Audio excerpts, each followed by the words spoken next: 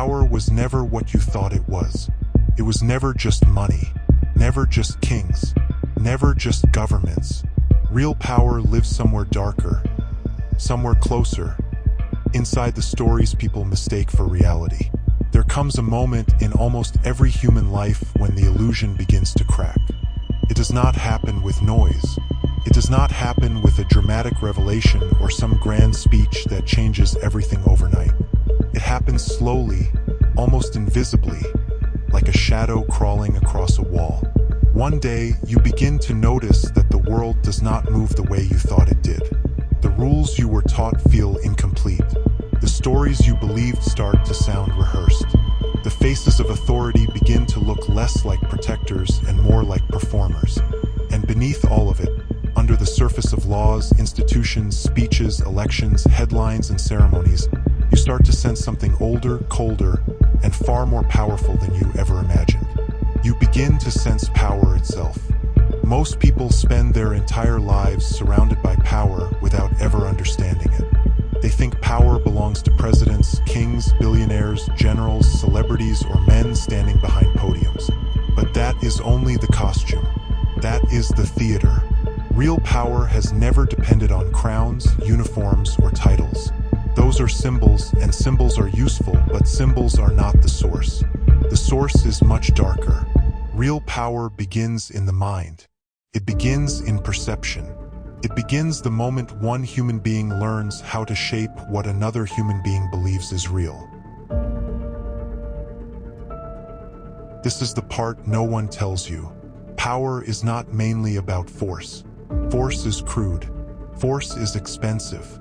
Force creates resistance. True power is quieter than that. It is more elegant. It enters through language, through identity, through fear, through aspiration, through ritual, through repetition.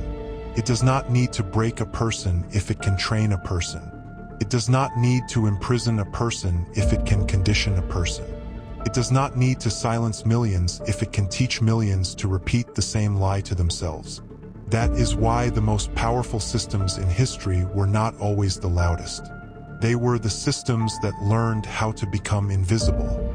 If you go back to the earliest civilizations, you will find a pattern that repeats again and again. The rulers who lasted the longest were not always the strongest warriors. Many of them did not rule because they had unmatched physical power. They ruled because they mastered meaning. They surrounded themselves with symbols, myths, gods, ceremonies, and cosmic purpose. They did not simply command obedience. They made obedience feel sacred. They made hierarchy feel natural. They turned power into something that looked eternal. And once people begin to believe that power is part of the natural order, resistance becomes more than dangerous. It becomes unthinkable. In ancient kingdoms, a ruler might claim divine blood. In empires, the state might wrap itself in glory and destiny. In religious institutions, authority might speak in the name of heaven. The costume changes, but the mechanism remains the same. If people believe that your rule is justified by something larger than human will, they stop judging it as a temporary arrangement and start experiencing it as reality itself. And once power becomes reality in the mind, it no longer needs to constantly prove itself through violence. Violence becomes the backup plan. Belief becomes the primary engine. This is why power has always had such a deep relationship with storytelling. Most people underestimate stories because they think stories are entertainment. They think stories are what children hear before sleeping or what audiences consume in books and movies. But stories are among the oldest tools of domination ever invented. A story can define who is good, who is dangerous, who belongs, who must obey, what is possible, what is forbidden, what is noble, and what is shameful. A story can turn conquest into heroism. A story can turn exploitation into duty. A story can turn fear into patriotism. And once a population accepts the story, the system no longer has to explain itself. The story explains everything. That is why every age creates its own mythology. Some ages use religion. Others use ideology. Others use nationalism, progress, success, security, or freedom. The words change. The emotional structure does not. Every powerful system needs a moral language that makes its existence feel necessary. Every ruler, every institution, every empire, and every machine of influence needs a narrative that converts control into something people will voluntarily protect. Because power reaches its highest form not when people are forced to obey, but when they believe obedience is part of who they are. And this is where the dark truth begins to settle in. If you can control perception, you can control behavior. If you can control behavior, you can control outcomes. If you can control outcomes, you can write history. Most people never encounter raw power directly. They encounter interpretations, frames, symbols, incentives, fears, and identities. They encounter carefully shaped emotional environments. They think they are making free choices, but those choices were often narrowed long before they ever arrived. This is not always done by some secret group in a hidden room. Sometimes it is much more ordinary than that. Sometimes it happens through institutions that are public, legal, and familiar.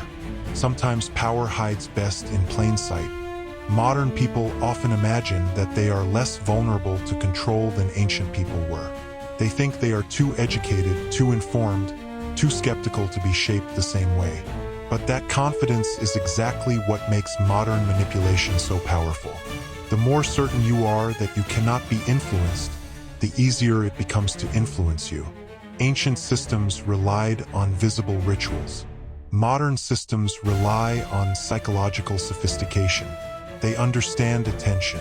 They understand repetition. They understand tribal behavior. They understand status, fear of exclusion, emotional contagion, and the human craving to belong. They do not always need to silence opposing voices when they can drown them in noise. They do not always need to ban ideas when they can make people too distracted to care. The greatest trick power ever performed was convincing people that power had become neutral, that it had become procedural, rational, technical, and harmless. But no system that shapes human behavior is neutral. Every system rewards certain values, certain personalities, certain forms of obedience, and certain definitions of success. Every system creates a map of reality. Every map leaves something out. Every map benefits someone. And if you never examine the map, you may spend your entire life walking along roads that were designed by other hands. This is why education alone does not free people. Information alone does not free people. In fact, a society can be overflowing with information and still remain deeply controlled. Because control is not defeated by data. It is defeated by awareness of structure. A person can know thousands of facts and still remain a prisoner of assumptions. A person can be informed and still be programmed. The question is never just what you know. The deeper question is who taught you how to interpret what you know, who gave you the frame, who shaped the lens, who decided which ideas would feel normal and which would feel dangerous before you ever examined them yourself. History is full of examples of populations that did not realize they were being guided until the consequences had already arrived. Entire empires marched toward disaster while still believing they were advancing toward destiny. Entire economies were built on illusions of permanence. Entire cultures embraced values that eventually hollowed them out from within. And yet, at every stage, the people inside those systems usually believed they were rational, modern, moral, and justified. That is another truth power rarely reveals. People do not need to feel evil to participate in destructive systems. They only need to feel normal. Normality is one of the most powerful masks control has ever worn. Once something becomes normal, it stops being questioned.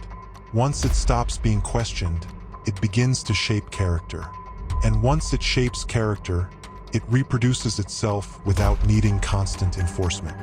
This is why power is patient. It is willing to operate across generations. It is willing to shape family structures, school structures, professional ambitions, media language, and social status until people begin to police themselves. At that point, the system no longer stands above society.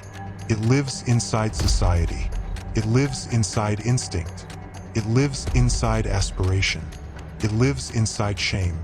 Think about how often people silence themselves before anyone else has to do it for them. Think about how many ambitions are abandoned before they are tested. How many truths are softened before they are spoken. How many thoughts are edited to fit the emotional climate of the group. That is power working at its highest level. Not the crushing of rebellion, but the prevention of rebellion. Not the punishment of dissent, but the preconditioning of conformity. The most efficient form of control is the one that feels like common sense. And yet, despite all of this, power is never invincible. It looks permanent until suddenly it does not. It looks unquestionable until one generation begins to see what previous generations could not. That is why systems fear awareness more than anger. Anger can be redirected. Anger can be manipulated. Anger can be turned into spectacle. But awareness is dangerous. Awareness interrupts the script. Awareness asks who benefits. Awareness notices patterns. Awareness sees that the emotional reactions of the crowd are often engineered long before the crowd ever speaks. Awareness realizes that what appears spontaneous is often structured, and what appears natural is often trained. Once you begin to see this, you also begin to understand why powerful people invest so much in image. Image is not decoration. Image is strategy. A ruler must look inevitable. An institution must look stable. A corporation must look trustworthy. A movement must look morally elevated. A public figure must look either heroic or persecuted, depending on what strengthens the bond with followers. Power studies emotion because emotion moves faster than thought. Long before people analyze, they feel. Long before they investigate, they react. Whoever shapes the emotional atmosphere often shapes the conclusion. Fear, in particular, has always been one of power's favorite instruments. A fearful population becomes easier to guide. Fear narrows thought.